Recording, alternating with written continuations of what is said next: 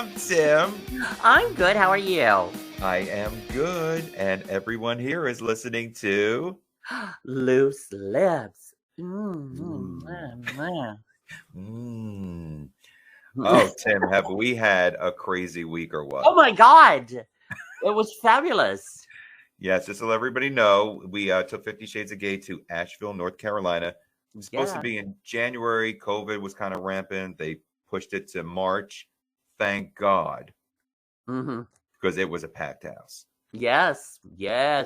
Everybody was coming out, and oh my God, full house, packed. It was absolutely amazing. The show was off the hook. It was so fun. And the second night was sold out, which was amazing. And 50 great people. 50 Shades of Gay, #Asheville. Yeah.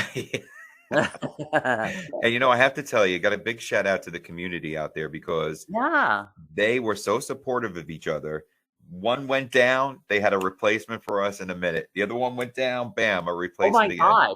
Oh my God. Yeah, because we went through like how many possible drag queens and a drag king, and we had one couldn't do the one that was originally but everybody, they know each other. It's a smaller community, so everybody knows each other. So the one that was supposed to do it couldn't do it, so she referred another drag queen, and that drag queen couldn't do it, so she referred a drag king. Yes. It was Victor Grimm, and Victor could do it. And then Victor, and the other one was going to be doing it Saturday night, and then she got sick, was it? Yeah, Shalita Bonet Hoyle. Yep. Shalita couldn't do it, so Victor was going to do Saturday night again. Well, then Victor got hurt doing his Wrecking Ball song from Miley Cyrus Wrecking Ball. And the night before, so Victor couldn't do it. So we had another one, Danielle Electra filled in at the last minute. It was just like we had all these drag queens coming at us from all sides, but it was fabulous. Great people. Had each other's back, like bam, we'll take care of it. We'll get you covered. Yeah. Fabulous. Yeah, and there you could tell because we went to a drag show the first night we were there. Yes. And you could tell everybody is just family. There's no competition. There's no, none of that catty bullshit. It was very. That we're so used to seeing, which I liked. Yeah. And then we got to spend time with Nancy. Nancy Kuharski. Yes. The three of us are the Uterus girls. I am Scary Uterus. Believe I'm what? Humorous uterus. I can never get it right. Humorous uterus, and Nancy is used uterus because she's had a baby. Oh, it was so much fun. We did that video montage, and we catch it on Tim's page. We laughed our way through Asheville. Seriously, it was such a great time, and we all needed that. Just after what we've been through these past couple months, we all just needed to get together and just laugh our asses off. It was so wonderful. It was so overdue. Yeah. Okay, so we talked about how everybody in the community in Asheville had each other's back. Yeah. Not so much with Chris Rock and Will Smith. Oh my God. What the F?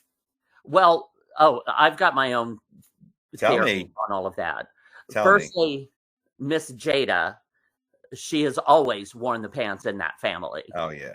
Because if you will watch it, when Chris delivered this joke, and honestly, I don't think he was talking necessarily about her disease. I don't even know if he knew it. I had never even heard that she had this disease. Never had a clue. Yeah. And so when Chris made the joke, Will thought it was funny. He was laughing his ass off like, and he looked over and Jada's like rolling her eyes. And he's like, "Oh, wasn't that funny?" And she's like, "No." He's like, oh, yeah, I'm pissed. Jada didn't like it, so I'm pissed now. So he goes up and smacks him and turns around and goes, "Good fuck up. Keep her name out of your fucking mouth." And I'm just, get the fuck out of here. Firstly, and I just saw on the news a little while ago that they did ask him to leave and he refused. Because that would have been my way of handling it. His ass would have been out of there. I don't care if you are up for Best Picture. I don't give a fuck. Get the fuck out of here. See, I don't understand because the Academy posted on Twitter, "We do not condone violence." Yet you gave him an award and a standing ovation. Everybody got again, and then he apologized to everybody except Chris Rock.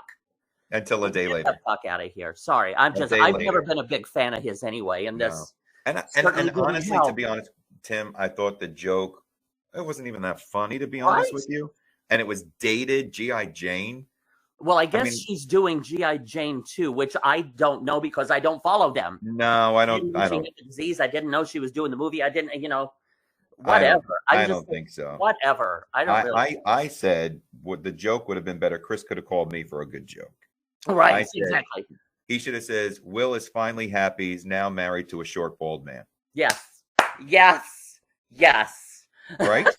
and my other thing is the one apology that wasn't announced was the one to poor Demi Moore. Why are you comparing her to Jada? Somebody should apologize to her. Yeah. Poor Demi. Oh my God. She's the real victim in all of this. Yeah, she is. Well, Tim, guess what? What? We had such a great show Thursday and Saturday, and we got to give out our wonderful sponsors product, Uberlube. Ooh. Yes. Small bottle, big bottle. I like it big. I'm a size queen. And travel size. Travel size. That's for the queer on the go. Yeah, of course. The horny queer on the go. Just have to take it with you. Always fun to get stopped by TSA with all this in our luggage. Absolutely. Yeah, they think that we're really going to be joining that Mile High Club fiercely, like everybody on that damn plane. Tim and I will get you out of a sticky situation. So just another little note, if anyone has any questions or you maybe need advice, you could send it to Dr. Ike or Dr. Tim. And you can send them to our Facebook page by DMing facebook.com/Loose Lips the podcast, or send me an email, ikeavellievents@hotmail.com. We'll take care of you. Well, and also please subscribe to the YouTube channel, Loose Lips the podcast. Yes. Yes. So we're just going to get right into our first guest, Tim. Or only guest, I should say. Yes. Our guest tonight is not only a friend of the show, but he is a singer / songwriter / alternative / pop / rock artist from Brooklyn. His stage presence is striking and charismatic while fusing artful androgyny with a piercing vibrato. Yes, yes. And his lyrics, oh my God, his lyrics, they're so heartfelt and so dramatic in such a dramatic fashion.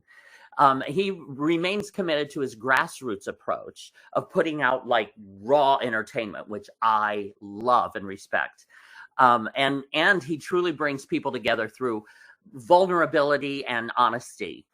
His latest single hit, Monochrome Colors, which I love.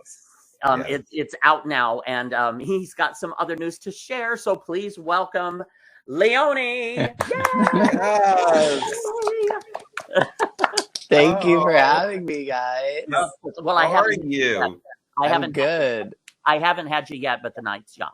The night is young, dog. Tim, I literally am like looking at this bang that you're doing, and I'm like, I kind of want one also. I might just like honestly like slip one out and like rock it. I can't tell the difference. I'm like, I don't know, I'm shy. It's like looking in a mirror. I love it. I love it. Oh, well, I love your setup in the background. It is very New York. That is. That's yeah, this apartment has a lot of brick. A lot of brick. Oh, I love that. Yeah. It doesn't really look like real. I don't think it's real brick though. It's like fake brick, if there's such a thing as that. Mm-hmm. Well, there could be a hidden wall in there somewhere. Who knows? I should go pushing around and see what happens. It's probably like that plaster brick look over on top of real brick. Maybe. It's like this like coated brick. Can you imagine like for the next 40 minutes we just talk about brick? The brick. Is it red brick, brown brick? I like dive into like all different kinds of brick. Yeah. So, there's brown brick, and then there's the reddish. And then tell us, did you grow? Because we met in Pennsylvania. We both lived in Albrightsville, Pennsylvania. Mm. Were you born and raised in PA? I was raised in Bensonhurst, actually, in Brooklyn. But I moved to PA when I was like 11. So I like spent half of my life in New York and then half of my life in Pennsylvania. Yeah. That's really interesting because you've got like the massive, intense metropolitan and then Yeah. Because wasn't that a small town out in the country? And it was very, oh my God. I mean, nice blend. Yeah, Ike and I lived very close to one another. It snowed in October and it snowed to April. It was. I mean, yeah. It's definitely. I mean, looking back at it now, I feel like really grateful to like have like these two kinds of like very different environments, because I don't know if I could be in New York now if I didn't like at least have like a childhood that was like around this, you know, when I like moved back at 22. When I moved back at 24, I adjusted pretty quickly. Right. So, yeah. Yeah. I'm grateful for that. I met you probably 2000. It was either 2007 or 2008. So you weren't 21 as of yet. I don't believe. No, I ended up like, I don't know how old I was when we met. I feel like I was under 21 when we met. You were, because I was like, and if you want me to talk about it, yeah, go ahead, talk about it. You were the shop boy at Stonewall. Yeah. I know you weren't 21 because you couldn't drink. Yes. And yet you could serve liquor. Yeah, it was really like I found myself like really I have a hard time remembering like how old I was when I was a shop boy, because in my mind I'm like, oh, how did they let me do it if I wasn't 21? But they did. Yeah, they did. Yeah. And you sold a lot of shops. Is a shop boy like a rent boy?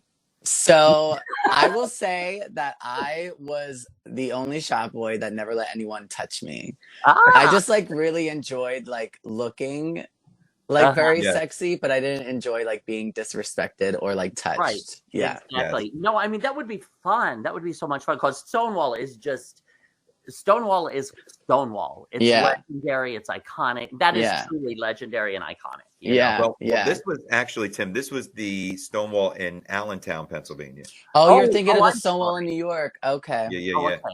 Yeah. I mean, that Stonewall is legendary in its own right. Yeah, honestly. It was. Yeah. I thought you meant here in New York. Okay. No. Uh-huh.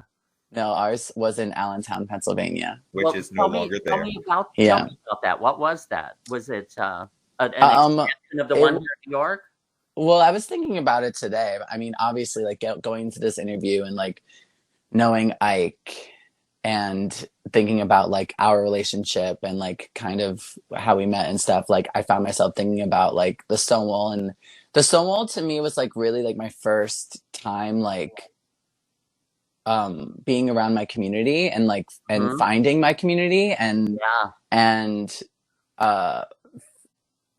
not really my first time like realizing that like I'm not alone in many ways. Right. Yeah.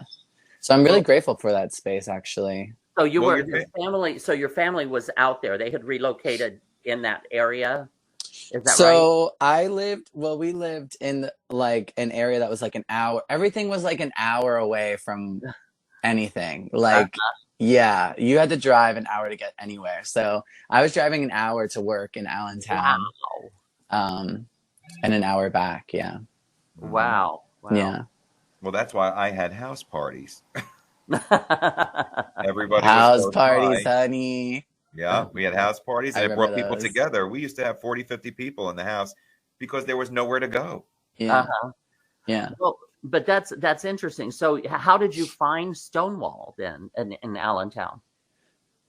I mean, being like gay, like you kind of have to like, you search for it, right? I mean, I searched for it. I mean, technically my first place that I ever went was like Twist, which was in Wilkes-Barre. Yes. And you had to be 16 in order to get in. Oh, nice. But technically, like, I was 15 when I went in, and they just like ask you. They don't like ask for ID or anything. So I was like going to like Twist when I was like 15. And like, all right, so you're doing this all over now. So you're not of age at Stonewall. You're not of age at Twist. Where else? If you get into I just like smiled real big. I was like, please, sir. What's next, Leone? Like a senior community? I mean, what the hell's going on? He's going to be living in a senior community. Right? That's so funny. Listen, I was very anxious. I needed to be a part of it. I didn't have time to wait. Yes. But like, what was when you first went? So you used to, Twist was the first place, right? Twist was technically the first bar. Yeah. So when you went to Twist and you walked in that door, what was your reaction? It was just fun. I just like felt like I could like really embrace like myself and who I am. It was my first time like really being able to be myself without having any concern for judgment. Because the liberation of that, you know, being able to actually step into a room where we are the dominant people. Yeah, it was also my first time experiencing like men like looking at me in a sexual way. Right. Which felt really good because I feel like growing up and like being like one of the only gay kids in my high school, like I kind of like got by like creating fantasies in my mind, you know, like romantic fantasies in my mind of like men that obviously weren't gay, but that's like that was like my coping mechanism to like get some sort of like affection. Or it's really interesting. I mean, confidence has it in play too. Confidence, once you see that people are paying attention to you, your confidence level builds up. Yeah, absolutely. So what about you guys? Like, what was your experience like, your first gay experience like? You can go, Tim. Well, see, it was a different time because I came out in like 1980 and we didn't have, we were completely underground. It wasn't spoken about. And I grew up in Indiana and it wasn't spoken about. It wasn't, people weren't out. So we had to seek each other out. And it was always in the cities, downtown, next to the adult bookstore, in the real seedy parts of town. That's where we had to go to find each other and find clubs. But as far as the first social, after I moved to New York, because basically I had to move to New York, which was a different New York then. This was one of the most dangerous cities on the planet. Yeah. I had to leave everybody I ever knew and everything I ever knew to move here by myself, just so I could live gay. I could be out. I could live openly. Yeah. And one weekend we went out to Fire Island. And I just remember walking down the beach and seeing two men holding hands in public. I lost my shit. I was like, oh my God, I've never seen that before. That you can actually hold hands outside in public. And it freaked me out. I will never forget that. Wow. Yeah, I didn't come out until I didn't come out until I was in Pennsylvania. I was 43, but everybody who knew me closely knew that obviously I was gay. But like Tim, in the 80s, the 70s or the 80s, you couldn't even breathe the word gay without being looked at a certain way. So I didn't come out, but my first gay experience at a club was, I think, what was the one with the church? Limelight. Yeah. That was fun. The first time I'm thinking, my God, this is insane. Yeah. It was such a hot night. It really was. So fun. Yeah. I feel like there's like, I mean, I hear both like positive and negative things about like being gay, like during that time. Like obviously, like there were a lot of like safety issues, but also I feel like the excitement that kind of like lived within those times. Certainly. I feel like when I hear about it, it sounds like a completely like surreal like time to like be alive in a weird way. Yeah. It was really I'm very grateful overall that I got to experience that, because we were creating our community together because there were no rules. Yeah. Right. Right. We were just coming out. We didn't know what we could do and what we couldn't do. And we had, you know, when we came out and publicly, like, we're here, we're queer, get used to it. We got a lot of backlash. You know, there was a lot of problems with it, but there was also a lot of acceptance. So and the club scene, again, we were just making the shit up as we went along and having a ball doing it. Yeah. It was so much fun.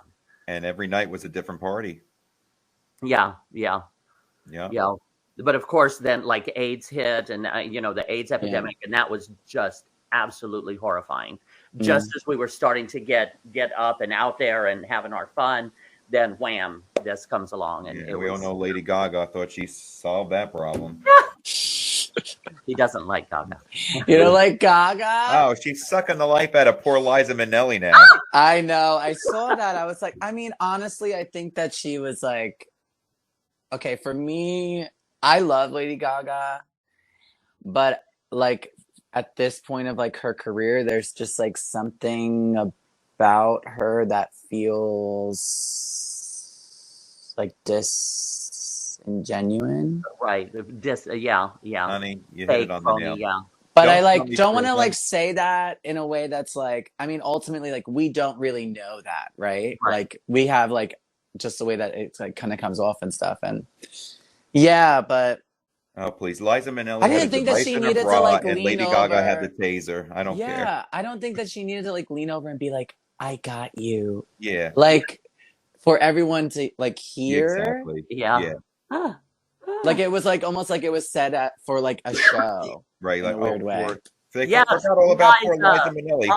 Liza, I've got you. Yeah, it's like I feel like I'm like watching like a fucking like kids like fucking I don't know. It's just you like might as well just have Will Smith clock Liza in the face too while she was up there. It's a little it was a little cheesy, but yeah. Ugh. Yeah, well, eyes. So, but you did have the support of your family though, being gay, because I know that you were your dad and your mom. Yeah, my family was, I mean, honestly, I feel like initially it's like it's a shock to people. Which I don't know why it's a shock. I was dressing up like Dorothy when I was a fucking kid. Like literally straight up, like would put on like a did I ever tell you this? Yes. I would like put on like a little like snow like cap with like the little balls hanging down, and that would be my hair, and then I would like take my like t-shirt and like put it around my waist, and that would be my skirt, and then I would like drag around a little like toy like poodle. Yeah.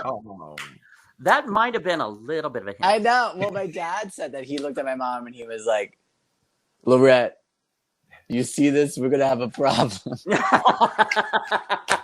And my mom was like, "Stop, he's just a kid." He's like, "All right, you wait." Pops knew. Yeah. He knew. So tell us now, how did you get into music? Like what? Yeah. Were you playing music when you were little? Did you have lessons as far as like certain instruments and? I guess like the thing that like really, I mean, when I was a kid, I remember like my first memory with like getting any sort of acknowledgement for my voice was like at the age of like 6 or 7. Mm-hmm. Okay. I was in like the back of like my mom and dad's van.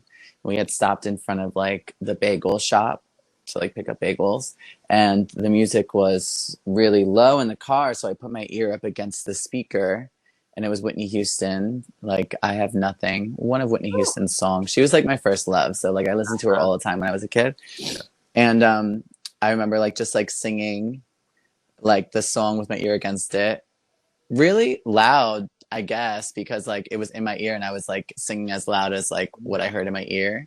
Right. And then I remember like the song being over and my mom and dad in the front seat like clapping for me. Oh, nice. So that's like my first memory of like, oh, I've never gotten like acknowledged. Maybe I am good at, I don't know. I was like so young. I didn't like even register it then. But then like when I was in high school, I went to like a girlfriend's karaoke party, and I sang Baby One More Time by Britney Spears. And my dad was there, and he was like, "You're really good." And he like went out and bought me a karaoke machine that night. Nice. And I like would spend all day, every day, I shit you not, in the bathroom because of the acoustics for hours. Yeah. With my little like microphone and like my little cassettes, and I would like record karaoke songs onto like the cassette, and then like we would take it into the car, and my dad would like drive everywhere and play like the cassette, and we'd listen to the cassette of me singing whatever over and over again. And he would like take it to work and he'd like make everyone listen to it. Aww. And then he started taking me to karaoke nights. And then I remember my first moment of like realizing that this is what I wanted to do, because he like took me to see a live band for the first time when I was like 14 or 15 maybe. And we went to see this band and he like looks at me and he's like, "You're gonna sing with them tonight." And I was like, "What?" And so they called me on stage and they played Baby One More Time. They like had practiced with the band to play Baby One More Time so that I could sing with them. Oh my God. And so I like sang Baby One More Time, and I remember the feeling like just in my like chest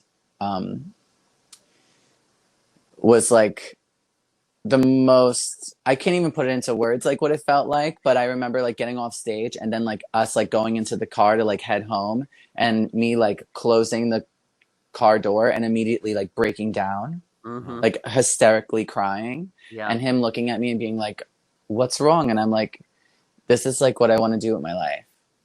Like this is what I want." And then from there on out, it's like I feel like from then on out, like I just have been obsessed with like manifesting like who I see myself as an artist, and like and almost like, I mean, I'm there now, I feel, you know, like I've been manifesting like the person that I am today now, actually. So it's really nice to like, with this project especially, and doing these interviews and stuff and talking about it, it forces me to kind of reflect on like where this all came from and where I came from and how hard I've actually been like working at this. And I feel like since I've known you, you've known that music was like such a big part of my life, right? Like it was literally, you were so, not to say obsessed, but you loved Britney Spears. You were always singing when we had our parties. You just really were so into it. Yeah. And that never died. And then like also in high school, I had a moment where I was like, I started writing songs, and then I realized like it took me a few years after that, like when I moved back to New York at 24, I was like, all right, I'm going all in on this now because I'm single, I'm living in the city that I like, where I need to be for music.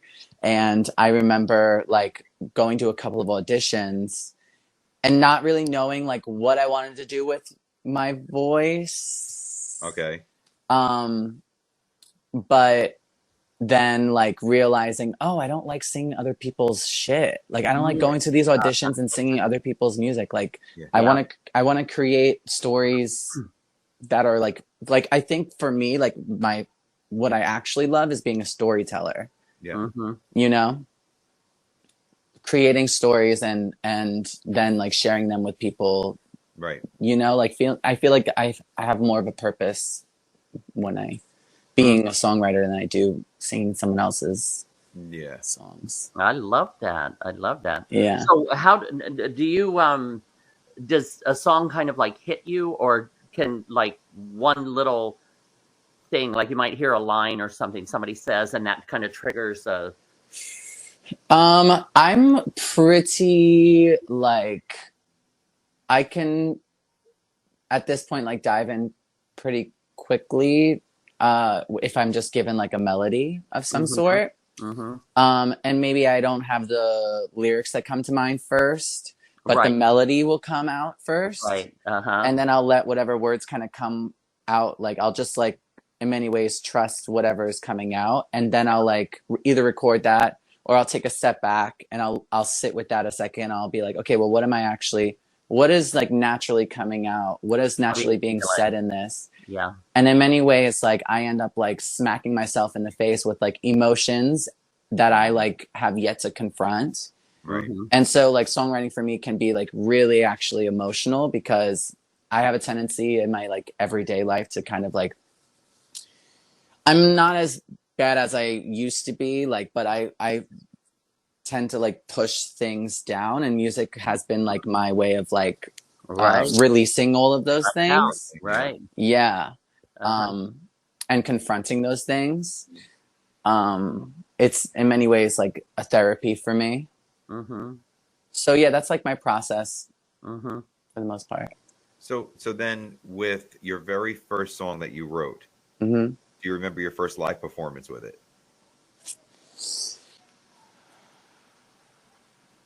Yes. Mm. It was a song called Feet Are on Fire Right. with my first band, Edison and Bell. Mhm.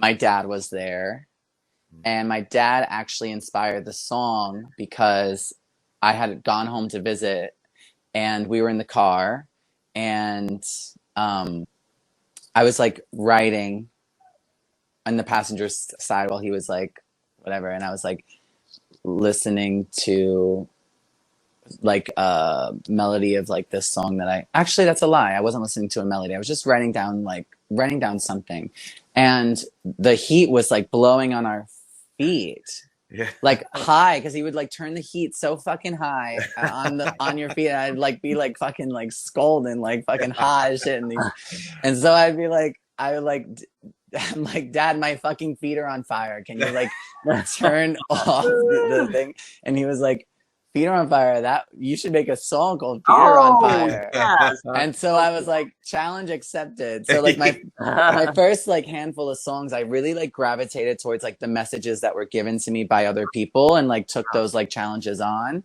Yeah. And so Feet Are on Fire was just like a song about like dancing and being free. Yes. Yeah. And I believe there's a video of that. Isn't there, the live performance, or am I wrong? There probably is in the archives. Yeah. Yeah. I remember from, I think, years ago. Years ago. Because I have to say, your father is so cool. I mean, Yeah. the support that he has given you, and kind of nudging you in that direction and encouraging you, and that's so wonderful. Now, was he artistic himself? Was he a musician, or maybe he wasn't wanted to and didn't know how to bring it out? Or he had shared with me that he was like a photographer when he was like younger, but I'm like, I didn't grow up in a family of musicians. Like I didn't grow up around that, so it is really interesting because in many ways, like he did train me. Like he trained me to be like the performer that I am today in many ways.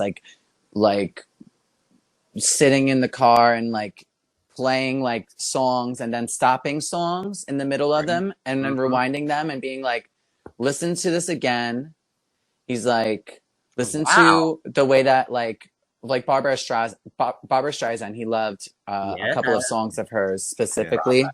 Yes. She was my teacher. She was my teacher. Yes. So I learned to sing. What was the song where Oh, you were asking the right people. Barbara Trivia. Yeah. Where she's singing about like being a parent. Children Will Listen? Maybe. Yeah, Children Will Listen, or Nothing's Gonna Harm You, or I think it was Children Will Listen. But it used to bring him to tears. And that song specifically, like he's like stopped it and like rewound it so I could hear it again. And he was like, if you really want to do this, like you have to mean the things that you're saying. Yes. You have to believe the things that you're saying. Right. Very true. And that was, I think, one of my biggest lessons. But also, he just like taught me so much. And so he was really, your guide. Yeah, he took me to like American Idol auditions. Like we'd spend like 12 hours overnight, like in overnight lines. And he was an older man. Like he was 27 years older than my mother. So like he was 47 when I was born. So when we were going to like auditions and stuff, like he was like in his 60s. Yeah. Like staying in lines overnight and shit, like crazy. Boy, he was determined. He knew you had a talent. Yeah. And he wanted you to live your authentic life. That's he really believed in me. Yeah. That's so cool. I know. Well, it's so amazing now because it's like, I mean, he's not here anymore. Like he passed away, but like, no, it's okay. It's like really such a powerful thing once you like actually kind of like start understanding like what this is like kind of all about, or like connecting with it in a different kind of way. Because the thing that's like crazy to me is like my biggest fear growing up was like losing him, to the point where like when I went away to college, like every time I got drunk, I would call him crying because I was like scared of him dying, like crazy shit. And he would have these conversations with me over and over again, just being like, as long as you keep me alive in your heart, like I will live forever. Wow. He would say that to me over and over again. And it's just so funny. Is like, I'm doing this project called Leone, which is like my way of like paying homage to him and stuff like that. And all I do is talk about him. So like, he's like so much a part of like, you know, like this journey with me. Like he's like climbing this ladder with me, and it's really cool. Yeah. Keeping me alive in your heart, or keeping you alive in my heart is a good line too, or a good. Yeah, I agree. That could be a good song. Yeah. Yeah, absolutely. There you go. Okay, inspire me, Tim. Accepted. Yeah. I love that. You're a singer also, Tim? Yeah, I'm a singer, and some song. I don't.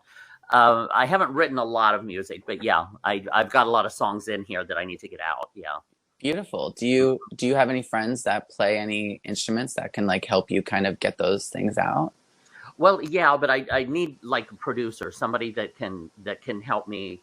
I've got build the story. I've got such a wide variety. I've got everything from pop to dance music to country music to all different. To I love that tunes, that type of thing. It's all in here. I think that's great. I think that's great to like. That's kind of how I feel like with songwriting. It's like this album in particular is like I wanted to really write like a breakup album, like a sad album.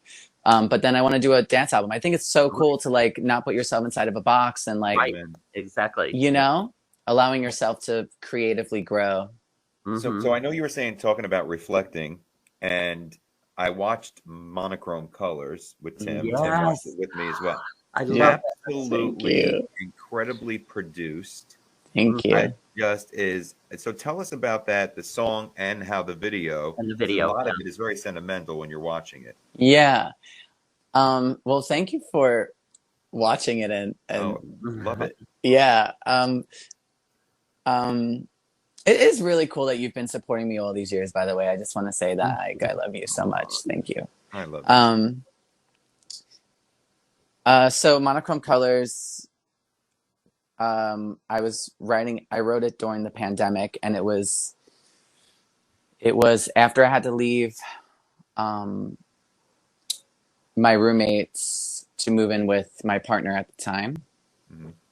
And I was living with him, and he was working full time, and I was in the house like by myself all day every day, and I didn't have any shows booked, or my friends weren't around me, and I was just in the kind of we were all in a darker place, right? Like that brought out a lot of really intense feelings of loneliness and all of these things for many people.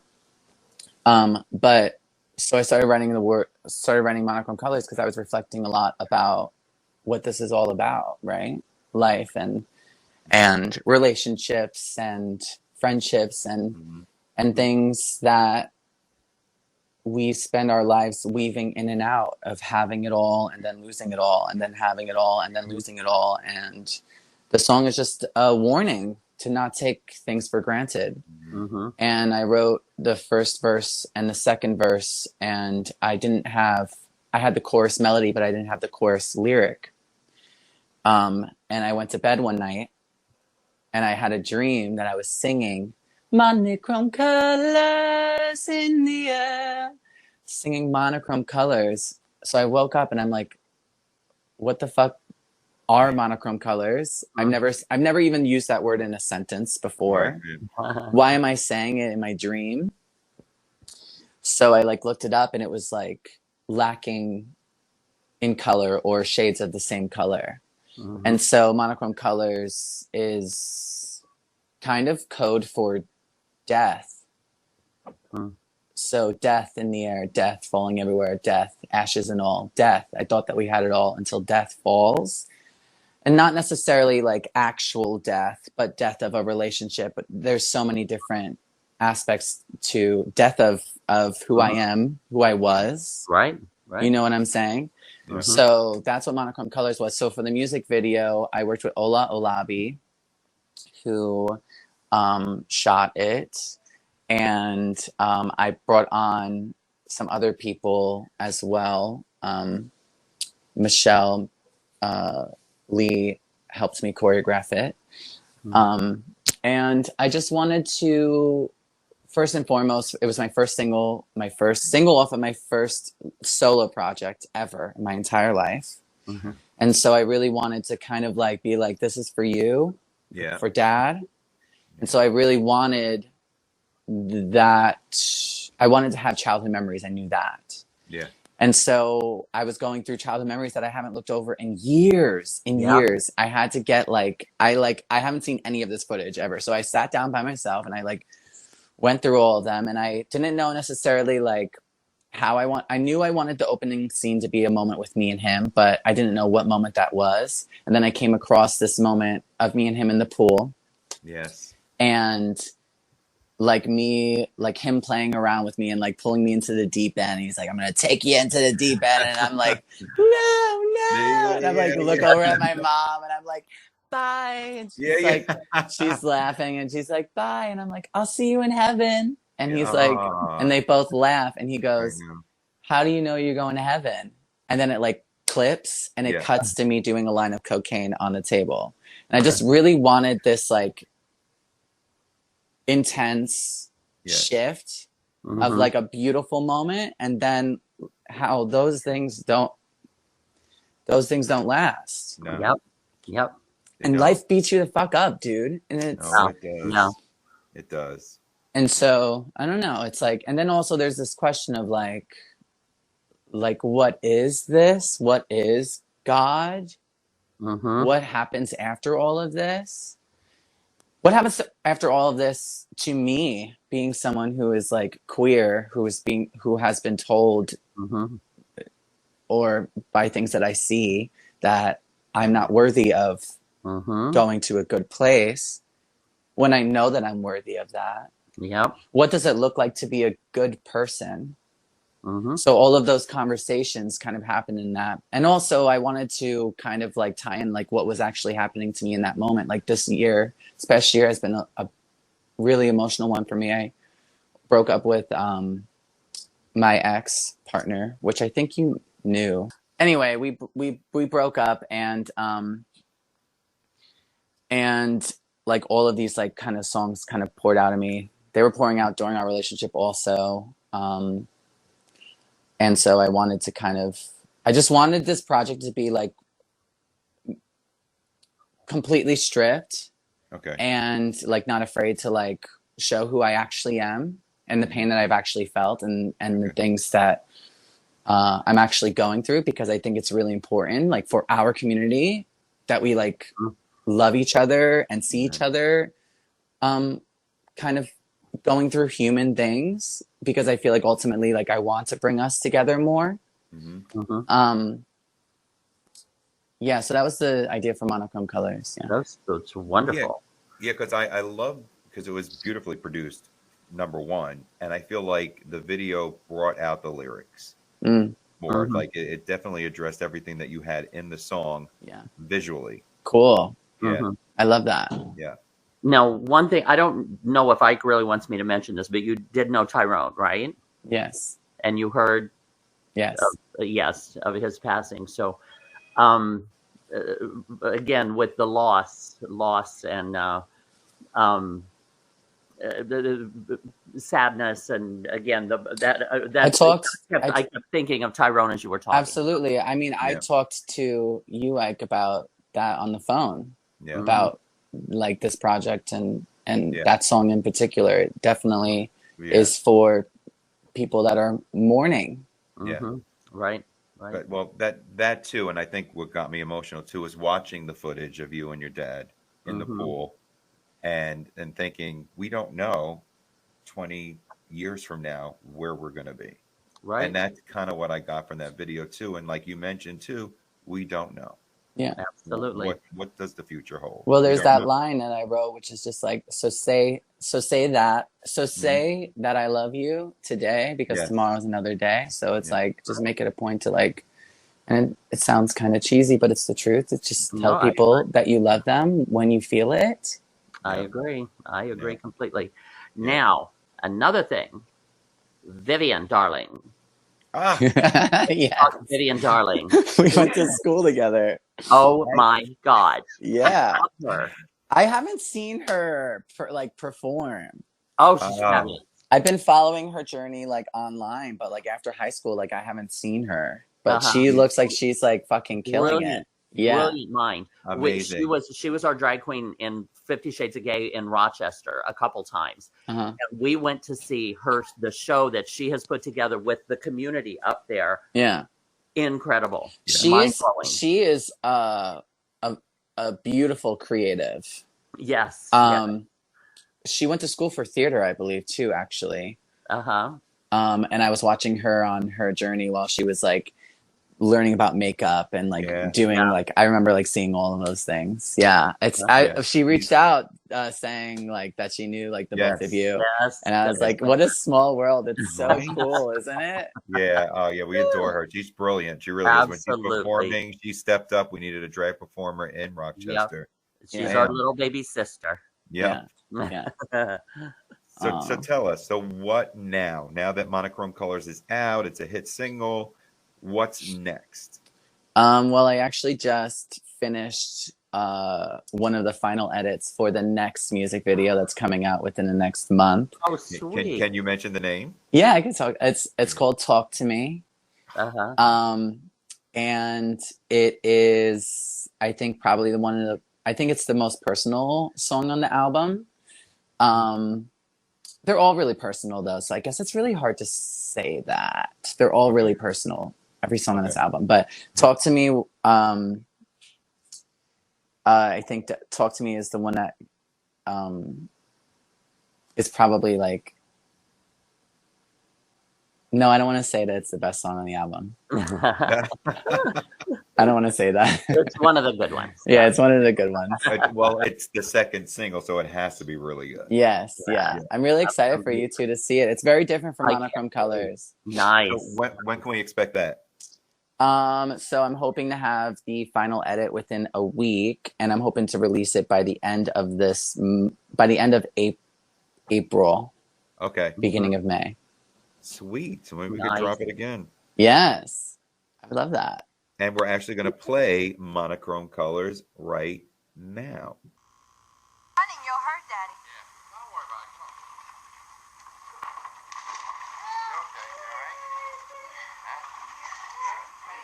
Huh? Go out to sleep, boy? No. Yeah, right. No. Here we go. Bye, Rich. How do you know you're going to heaven? How do you know you're going to heaven?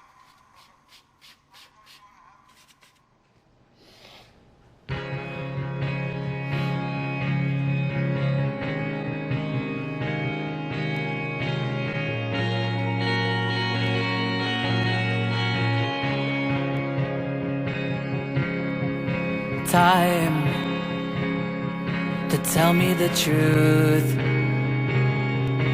Did you not care for me the way I cared for you? Time spits in my face.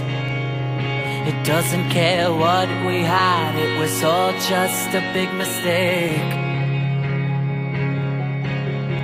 Like burning confetti in the air, I watch as our colors disappear. Oh dear, Monochrome colors in the air, Monochrome colors falling everywhere, Monochrome colors, ashes and ore, Monochrome colors.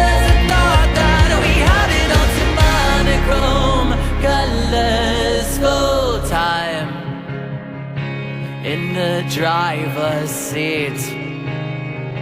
Isn't it weird to think this is the youngest we'll ever be? Time will take you away. So say that I love you today, 'cause tomorrow's another day. So I said, oh, burning confetti in the air. You swore you'd always be right here. Oh, now I fear monochrome colors in the air. Monochrome colors falling everywhere. Monochrome colors, ashes everywhere. Monochrome colors, you thought that we had lots of monochrome colors,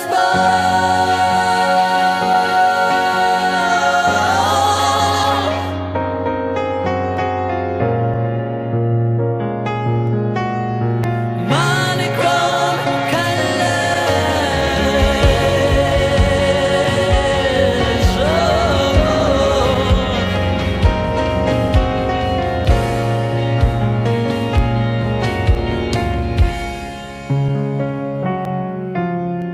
Time will win in the end, and in somebody else this will all repeat again.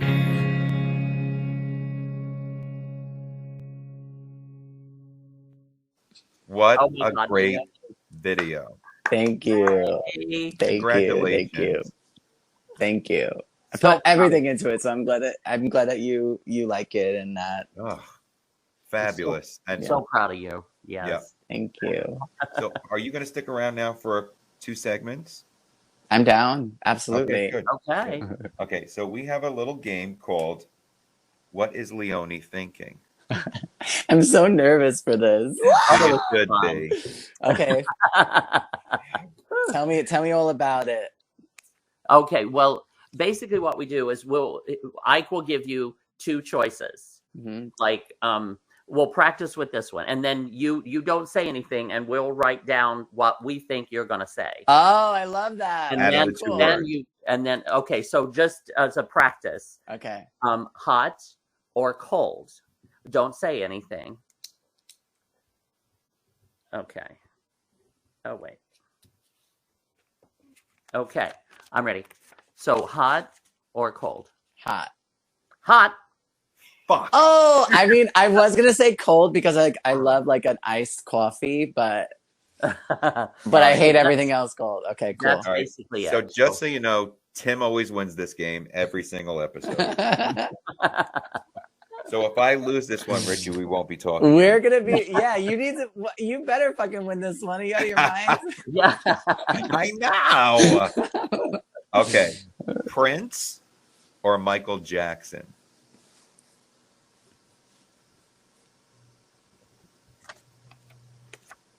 Good. Prince. Ooh, I had Michael J. Ooh. Okay. Looks like it's tied now. This is fun. I like this. Okay. Philadelphia or New York City?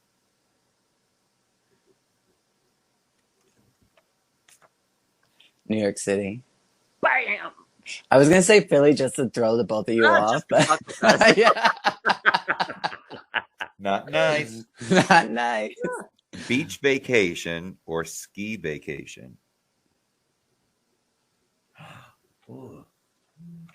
Oh, goodness. All right. I honestly really love both of these ideas, but I would go with beach, I think. Beach. Yes.